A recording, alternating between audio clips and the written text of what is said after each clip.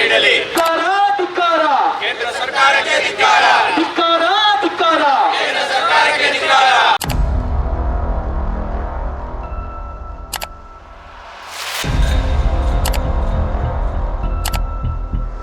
ಇವಾಗ ಏನು ನೀಟ್ ಅಂತ ಆಗಿದೆ, ಪರೀಕ್ಷೆ ಆಗಿದೆ, ಅಲ್ಲಾಗಿರುವಂಥ ಅಕ್ರಮಗಳು, ನೀಟ್ ಪರೀಕ್ಷೆ ಅಕ್ರಮ ಎಲ್ಲಿಂದ ಆಗಿದೆ? ರಾಜಸ್ಥಾನದ ಒಂದು ಕೇಂದ್ರ ಏನು ಮಕ್ಕಳಿಗೆ ಕೋಚಿಂಗ್ ಮಾಡುವಂಥ ಕೋಚಿಂಗ್ ಸೆಂಟ್ರಿಂದನೇ ಆಗಿರುವಂಥದ್ದು ಅಂತ ಬಂದಿದೆ ಮಾಹಿತಿ. ಅದರಲ್ಲಿ ರಾಜಸ್ಥಾನದ ಶಿಕ್ಷಣ ಸಚಿವರು ಏನು ಹೇಳ್ತಾ ಇದ್ದಾರೆ, ಇದು ಕಾಮನ್ನು ಸಹಜವಾಗಿ ಆಗಿರುವಂಥದ್ದು, ಇದಕ್ಕೇನು ದೊಡ್ಡ ಮಟ್ಟದ ಪ್ರಚಾರ ಕೊಡುವಂಥ ಅವಶ್ಯಕತೆ ಇಲ್ಲ ಅನ್ನೋ ರೀತಿ ಉಡಾಫೆಯ ಉತ್ತರವನ್ನು ಕೊಡ್ತಾ ಇದ್ದಾರೆ. ಮೆಡಿಕಲ್ ಸೀಟ್ಸು ನಮ್ಮ ರಾಜ್ಯದಲ್ಲೇ ಬಹುತೇಕವಾಗಿ ಕರ್ನಾಟಕ ರಾಜ್ಯದಲ್ಲೇ ಅತಿ ಹೆಚ್ಚು ಮೆಡಿಕಲ್ ಕಾಲೇಜ್ ಇರುವಂಥದ್ದು. ಆದರೆ ವಿದ್ಯಾರ್ಥಿಗಳಿಗೆ ಓದೋದಕ್ಕೆ ಅವಕಾಶ ಸಿಗ್ತಾ ಇದೆಯಾ? ಈ ನೀಟ್ ಪರೀಕ್ಷೆ ರದ್ದಾಗಬೇಕು. ಏನು ಕರ್ನಾಟಕದಲ್ಲಿ ಹಿಂದೆ ಇರುವಂಥ CETಯನ್ನೇ ಮುಂದುವರಿಸಬೇಕು. ಕರ್ನಾಟಕದ ಹೊರಗಡೆ ಇರುವಂಥ ರಾಜ್ಯಗಳಲ್ಲಿ ಇದು ನಡೀತಾ ಇರುವಂಥದ್ದು.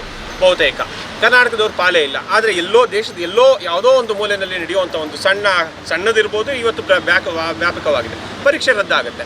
ಆದ್ದರಿಂದ ಸಮಸ್ಯೆ ಎದುರಾಗುವಂಥದ್ದು ಯಾವುದು? ಕರ್ನಾಟಕದಂಥ ರಾಜ್ಯದಲ್ಲಿ ಬಹುತೇಕ ವ್ಯಾಪಕವಾಗಿ ಮೆಡಿಕಲ್ ಕಾಲೇಜು ಮತ್ತು ಬಡಜನರು ಆಸ್ಪಿರೇಷನ್ಸ್ ಏನಿದೆ ಅದಕ್ಕೆ ಧಕ್ಕೆ ಆಗ್ತಾ ಇದೆ. ಕರ್ನಾಟಕದ ಒಕ್ಕೂಟ ವ್ಯವಸ್ಥೆಗೆ ಧಕ್ಕೆ ಆಗ್ತಾ ಇದೆ. ಹೇಳಿ ಸರ್, ಏನು ಪ್ರತಿಭಟನೆ ಉದ್ದೇಶ? ಇನ್ನು ಮುಂದಿನ ದಿನಗಳಲ್ಲಿ ಯಾವ ರೀತಿ ಇರುತ್ತೆ? ನಮ್ಮ ಹೋರಾಟ ಇದು ತೀವ್ರವಾಗಿರುತ್ತೆ. ಯಾಕೆಂದರೆ ಇವಾಗ ಏನು ನೀಟ್ ಅಂತ ಆಗಿದೆ, ಪರೀಕ್ಷೆ ಆಗಿದೆ, ಅಲ್ಲಾಗಿರುವಂಥ ಅಕ್ರಮಗಳು, ನೀಟ್ ಪರೀಕ್ಷೆ ಅಕ್ರಮ ಎಲ್ಲಿಂದ ಆಗಿದೆ? ರಾಜಸ್ಥಾನದ ಒಂದು ಕೇಂದ್ರ ಏನು ಮಕ್ಕಳಿಗೆ ಕೋಚಿಂಗ್ ಮಾಡುವಂಥ ಕೋಚಿಂಗ್ ಸೆಂಟ್ರಿಂದನೇ ಆಗಿರುವಂಥದ್ದು ಅಂತ ಬಂದಿದೆ ಮಾಹಿತಿ. ಅದರಲ್ಲಿ ರಾಜಸ್ಥಾನದ ಶಿಕ್ಷಣ ಸಚಿವರು ಏನು ಹೇಳ್ತಾ ಇದ್ದಾರೆ, ಇದು ಕಾಮನ್ನು ಸಹಜವಾಗಿ ಆಗಿರುವಂಥದ್ದು, ಇದಕ್ಕೇನು ದೊಡ್ಡ ಮಟ್ಟದ ಪ್ರಚಾರ ಕೊಡುವಂಥ ಅವಶ್ಯಕತೆ ಇಲ್ಲ ಅನ್ನೋ ರೀತಿ ಉಡಾಫೆಯ ಉತ್ತರವನ್ನು ಕೊಡ್ತಾ ಇದ್ದಾರೆ. ಯಾಕೆ ಈ ರೀತಿಯಾಗಿ ಉತ್ತರ ಕೊಡ್ತಾರೆ? ರಾಜ್ಯದ ನಾವು ಯೋಚನೆ ಮಾಡ್ತಾ ಇರೋದು ನಮ್ಮ ಪ್ರಾದೇಶಿಕತೆಗೆ, ನಮ್ಮ ಮಕ್ಕಳ ಭವಿಷ್ಯವನ್ನು ನಾವು ಯೋಚನೆ ಮಾಡ್ತಾ ಇರುವಂಥದ್ದು. ಇವತ್ತು ಕರ್ನಾಟಕದಲ್ಲಿ ಕನ್ನಡಿಗರಿಗೆ ನಮ್ಮ ಅಧ್ಯಕ್ಷರು ಅಲ್ಲೇ ಹೇಳ್ತಾ ಇದ್ರು, ಇವತ್ತು ನಮ್ಮ ಮಕ್ಕಳಿಗೆ ಇವತ್ತು ಶಿಕ್ಷಣದಲ್ಲಿ ವಂಚಿತರಾಗ್ತಾ ಇದ್ದಾರೆ. ಮೆಡಿಕಲ್ ಸೀಟ್ಸು ನಮ್ಮ ರಾಜ್ಯದಲ್ಲೇ ಬಹುತೇಕವಾಗಿ ಕರ್ನಾಟಕ ರಾಜ್ಯದಲ್ಲೇ ಅತಿ ಹೆಚ್ಚು ಮೆಡಿಕಲ್ ಕಾಲೇಜ್ ಇರುವಂಥದ್ದು. ಆದರೆ ವಿದ್ಯಾರ್ಥಿಗಳಿಗೆ ಓದೋದಕ್ಕೆ ಅವಕಾಶ ಸಿಗ್ತಾ ಇದೆಯಾ? ನಮ್ಮ ಮಕ್ಕಳಿಗೆ, ಕನ್ನಡದ ಮಕ್ಕಳಿಗೆ ನಮ್ಮ ರಾಜ್ಯದಲ್ಲಿರುವಂಥ ಮೆಡಿಕಲ್ ಕಾಲೇಜ್ಗಳಲ್ಲಿ ಓದೋದಕ್ಕೆ ಅವಕಾಶಗಳು ಸಿಗ್ತಾ ಇಲ್ಲ. ಯಾಕೆಂದರೆ ಕೇಂದ್ರ ಸರ್ಕಾರ ಮಾಡಿರುವಂಥ ಈ ನೀಟ್ ಪರೀಕ್ಷೆಯಿಂದಾಗಿ. ಹಾಗಾಗಿ ಕರ್ನಾಟಕ ರಾಷ್ಟ್ರ ಸಮಿತಿ ಪಕ್ಷ ಆಗ್ರಹ ಮಾಡೋದೇನೆಂದರೆ, ಈ ನೀಟ್ ಪರೀಕ್ಷೆ ರದ್ದಾಗಬೇಕು. ಏನು ಕರ್ನಾಟಕದಲ್ಲಿ ಹಿಂದೆ ಇರುವಂಥ CETಯನ್ನೇ ಮುಂದುವರಿಸಬೇಕು. ಕನ್ನಡದ ಮಕ್ಕಳಿಗೆ, ಕನ್ನಡಿಗರಿಗೆ, ಕನ್ನಡದ ಮಕ್ಕಳಿಗೆ ಕನ್ನಡದ ನೆಲದಲ್ಲಿ ಓದುವಂಥ ಅವಕಾಶ ಆಗಬೇಕು. ಮತ್ತು ಇಲ್ಲಿರುವಂಥ ಸೇವೆ ಮಾಡುವಂಥ ಅವಕಾಶವನ್ನು ಸಹ ಕಲ್ಪಿಸಬೇಕು ಅಂತೇಳಿ ಕರ್ನಾಟಕ ರಾಷ್ಟ್ರ ಸಮಿತಿ ಪಕ್ಷ ಆಗ್ರಹ ಮಾಡಿದೆ. ಆ CET ವ್ಯವಸ್ಥೆ ಭಾಳ ಚೆನ್ನಾಗಿ ನಡೀತಾ ಇತ್ತು. ಕೇಂದ್ರೀಕೃತ ವ್ಯವಸ್ಥೆ.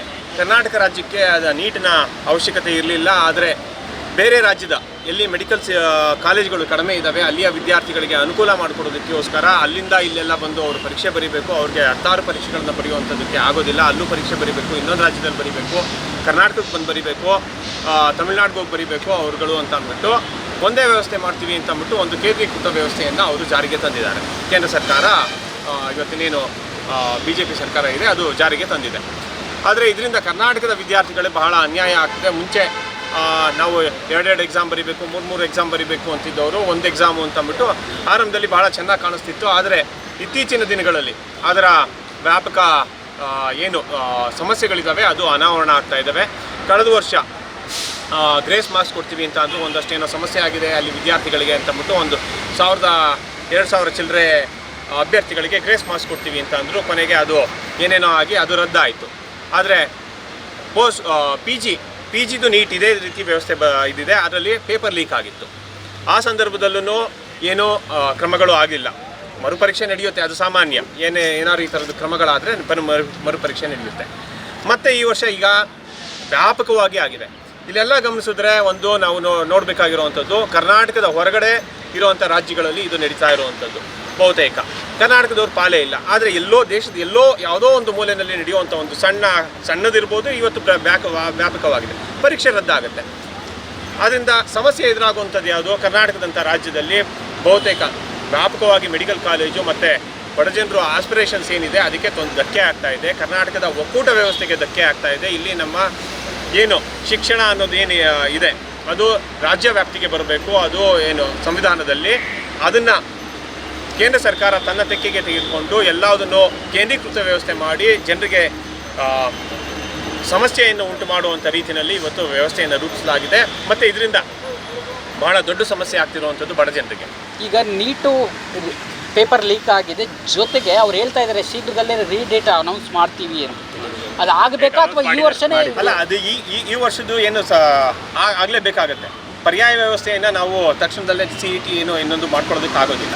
ಆದ್ದರಿಂದ ಅದಾಗುತ್ತೆ.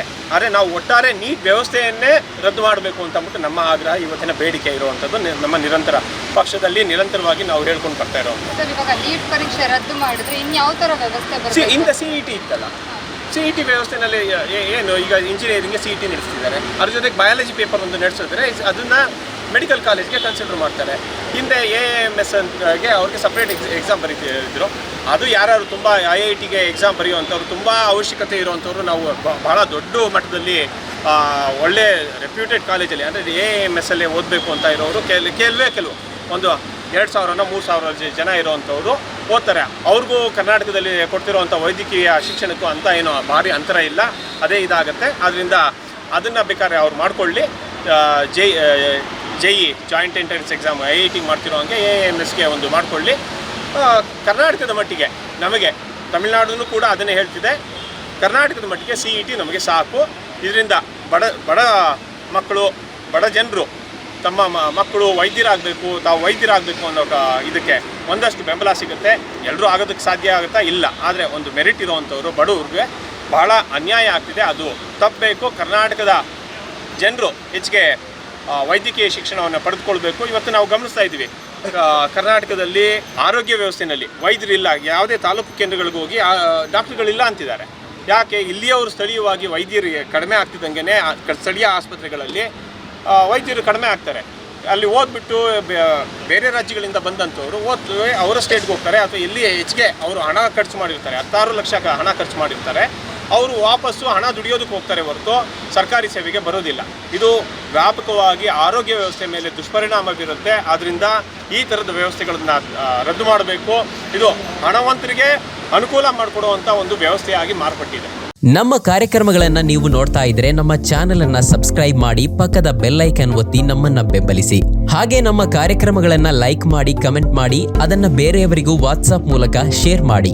ನೀವು ಹೀಗೆ ಮಾಡಿದಾಗ ನಮ್ಮ ಚಾನೆಲ್ ಮತ್ತಷ್ಟು ಜನರಿಗೆ ತಲುಪಲು ನೀವು ನಮ್ಮೊಂದಿಗೆ ಸಹಕರಿಸಿದ ಹಾಗಾಗುತ್ತೆ. ಇದು ನೀವು ಯಾವುದೇ ಖರ್ಚಿಲ್ಲದೆ ಕೆಲವೇ ಸೆಕೆಂಡುಗಳಲ್ಲಿ ನೀಡಬಹುದಾದ ಸಹಕಾರ. ಧನ್ಯವಾದಗಳು.